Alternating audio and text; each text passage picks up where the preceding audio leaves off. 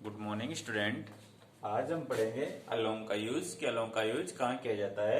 तो अलोंग का यूज सारे या साथ साथ का जो सेंस आ जाता है उस सेंस में अलोंग का यूज किया जाता है। जैसे अलोंग का use in the same line, in the same line of के अर्थ में, या कॉरिडोर आ जाए, रिवर आ जाए, रोड लाइन आ जाए। जो एटीसी जो नाउन है, इन नाउन के साथ आपको प्रीपोजिशन आपको लगाना है अलोंग। ठीक है, अलोंग का यूज किया जाएगा। कॉरिडोर आ जाता है, रिवर आ जाए या रोड लाइन आ जाए, तो इनके सेंस में, इनके साथ साथ या सारे के सेंस में आ जाए सेंटेंस, तो वहां पर आपको लगाना है प्रीपोजिशन अलोंग। जैसे as I saw him walking along the road, मैंने उसे देखा वॉकिंग चलते हुए अलोंग द रोड, रोड के साथ साथ, सारे चल रहा था रोड के साथ साथ। सी रेन, वो दौड़ी along the railway line, railway line की है ना। तो यहां पर भी किस सेंस में किया जा रहा है, सारे या साथ साथ के सेंस में आपका प्रीपोजिशन यूज किया जा रहा है। तो ये सेंस आ जा रहा है, तो आपको बेटा प्रीपोजिशन कौन सा लगाना है, आपको अलोंग आपको प्रीपोजिशन लगाना है। अगला पढ़ते हैं, नेक्स्ट देखते हैं।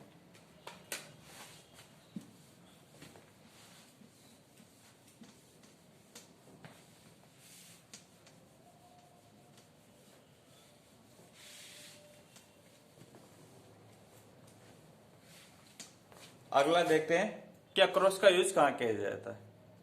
नेक्स्ट है अपना अक्रॉस का यूज, कि अक्रॉस का यूज कहाँ किया जाता है। तो अक्रॉस का यूज बेटा के पार या उस पार के सेंस में अक्रॉस का यूज किया जाता है।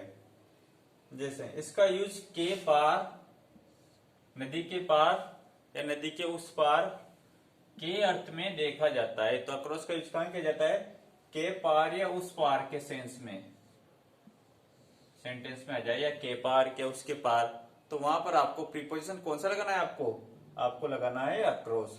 जैसे एग्जांपल लिखा मैंने first, my village is situated across the river, कि मेरा विलेज कहाँ स्थित है, अक्रॉस द रिवर, नदी के उस पार। कहाँ स्थित है, नदी के उस पार। तो इस सेंस में आपको प्रीपोजिशन लगाना है आपको अक्रॉस।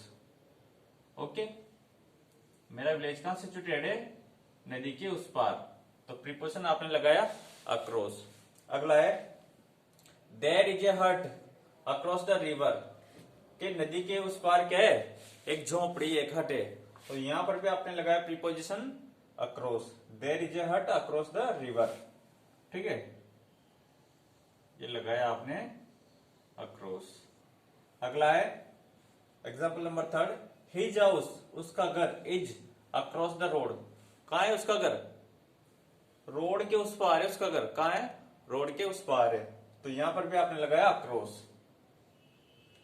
यहां आप लगाओगे अलोंग, तो अलोंग क्या होगा बेटा, अलोंग यहां पर क्या होगा, गलत। ठीक है, क्योंकि साथ साथ घर नहीं होता ऐसे कि रोड के साथ साथ घर है, मूवमेंट थोड़ी हो रहा है। तो यहां पर आपको सोच समझ के बिल्कुल सही डिसीजन लेके लगाना है आपको प्रीपोजिशन। अगला देखते हैं थ्रू का यूज, कि थ्रू का यूज कहां किया जाता है। स्टूडेंट नेक्स्ट देखते हैं कि थ्रू का यूज, थ्रू का प्रयोग देते हैं कि थ्रू का प्रयोग कहां किया जाता है। तो थ्रू का यूज किसी गिरे हुए स्थान में से होकर, किसी गिरे हुए स्थान में से होकर, या समय अवधि के लिए, है ना, समय अवधि के लिए भी थ्रू का यूज किया जाता है, या कोई गिरा हुआ स्थान हो तो वहां पर भी थ्रू का यूज किया जाता है। जैसे द थीफ केम, चोर आया, थ्रू द विंडो, चोर कहां से आया, विंडो में से होकर। तो विंडो क्या है, एक गिरा हुआ स्थान है, तो वहां से चोर आया, तो वहां पर भी आपको प्रीपोजिशन सोच समझ के लगाना है थ्रू। कौन सा लगाना है आपको, थ्रू आपको लगाना है, और थ्रू बिल्कुल करेक्ट है, बिल्कुल सही है यहाँ पर। It rain through the night, रात भर वर्षा हुई, रात भर वर्षा हुई। तो यहाँ पर थ्रू का किस सेंस में किया जा रहा है, समय अवधि के लिए। किसके लिए किया जा रहा है, समय अवधि के लिए, है ना। टाइम पीरियड दिया गया है यहाँ पर, तो टाइम पीरियड के सेंस में बेटा आपको प्रीपोजिशन लगाना है थ्रू। ठीक है, तो थ्रू का यूज मैंने आपको बताया कि किसी गिरे हुए स्थान, कोई कवर्ड एरिया हो या टाइम पीरियड हो, तो सेंस में भी आपको प्रीपोजिशन थ्रू का आपको यूज करना है। लास्ट वाला था the train is running, train दौड़ रही थी थ्रू द टनल, कहां दौड़ रही है ट्रेन, टनल में। टनल भी क्या होती है, सुरंग भी एक कवर्ड एरिया होती है। ठीक है, तो वहां पर भी आपको प्रीपोजिशन लगाना है थ्रू।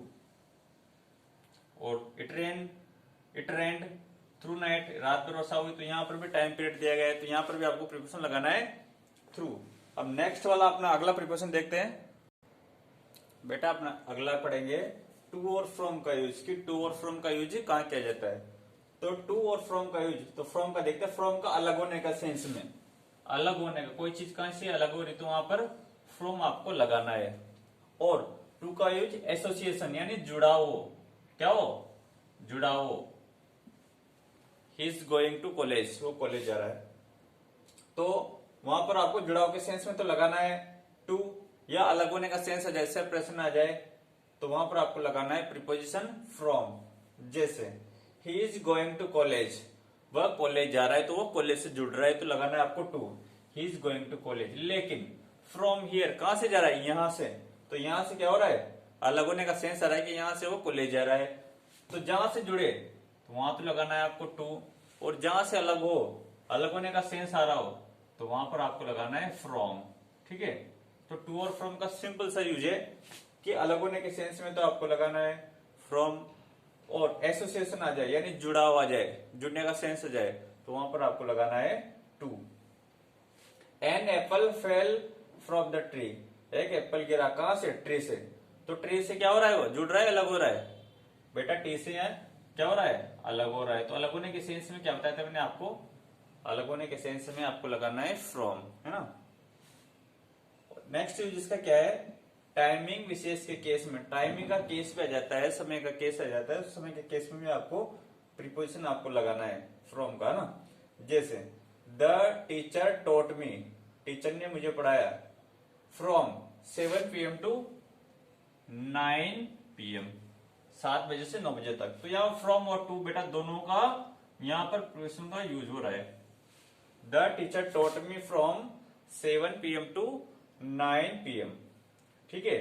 तो इस सेंस में यदि जुड़ा हो, तो जुड़ा होने के सेंस में तो आपको लगाना है टू, और यदि अलग होने का भाव आ जाए तो वहां पर आपको प्रीपोजिशन लगाना है फ्रॉम।